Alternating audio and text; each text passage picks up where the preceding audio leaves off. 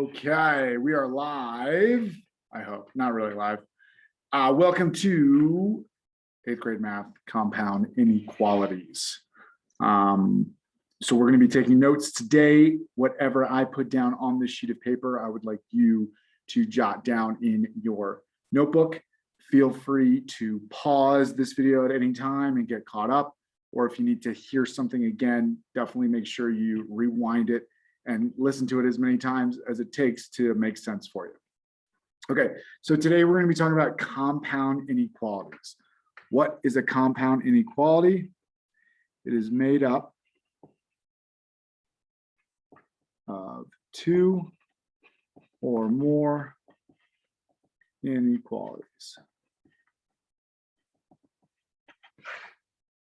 Okay, so far we've only been dealing with one inequality at a time, solving for x, and then graphing it. Now we're going to throw two into the mix. That's not how you spell two. That's how you spell two. Yeah. Okay. Speaking of two, there are two types of compound inequality. There is or and. So or and. That's what we're going to be talking about today. Let's split our paper and we're going to be talking about or inequalities over here and inequalities over here. Let's start with or. So our first example looks something like this. X is less than or equal to -3, or x is greater than 2. Yeah, okay. So this is saying the values of x work for this particular situation as long as x is less than or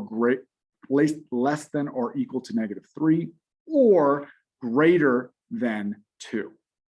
Let's see what that looks like on a graph. Now, for the ors, we are going to draw two different graphs, one for each of these situations. So I got -3 over here. Let's just put +3. And to graph this is the same. So I'm focused on x is less than or equal to -3. Here's my -3. It's going to be filled in because it's less than or greater. Sorry, less than or equal to. And it's going to go down the number line. So as long as the value of x is less than -3, we're good, like -4, -5, -6, on and on. Okay, so this graph is for this first part. Let's draw the second part of our or situation. I'm going to do 0 to -2. So x needs to be greater than 2. So I got an open circle, and I'm going to draw the line going up the number line because everything above 2 works. So here's the situation. So every value for x that's either less than -3 or greater than 2 works. Notice that there are no numbers in between -3 and 2 that are going to work here. So that's why or is in place. They're kind of going off in opposite directions. There's not a lot of numbers in common. In fact, there's 0 numbers in common. It either has to be greater than 2 or less than -3. Cool. Let's go on to and. Come on, pencil. Okay, here we go. -4 is less than or equal to x, and x is less than 1. Cool. So we're going to do the same thing we did for or. Let's draw two different number lines. In this case, I'm going to actually draw them right underneath, and we're going to see them in play. So here's 0, here's 1, here's -4. So in this situation, x needs to be greater than -4.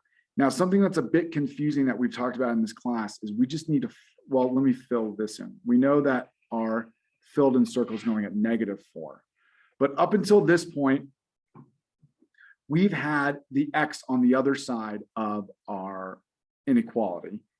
And we've just been able to point out which direction it's going to go in. That's not always the case. X needs to always be on the left side for that to work. So normally, if this was pointed down here, I would fill in over here, but that wouldn't work because we need x to be greater than -4. And for x to be greater than -4, it has to be everything on this side of that filled in dot, like -3, -2, 0, 1, and on and on and on. Okay, so really pay attention to that. X needs to be greater than -4, and that's the case here. Let's move on to our second one. X is less than 1. So here's 0, here's 1, here's -1. Come on in, no problem. So I got my open circle here. And this is the case where I am actually going to go down the number line. And that makes sense because x needs to be less than 1. And all the values that are less than 1 go down the number line there. And again, this is an open circle. Make sure that's open. So notice that there are numbers in common here.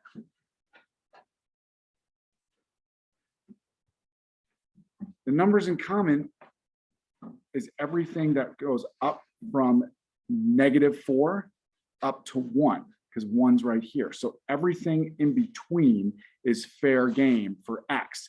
And in fact, that makes sense because for and situations, the x needs to satisfy both of these situations. So we're going to demonstrate that and actually combine the number lines.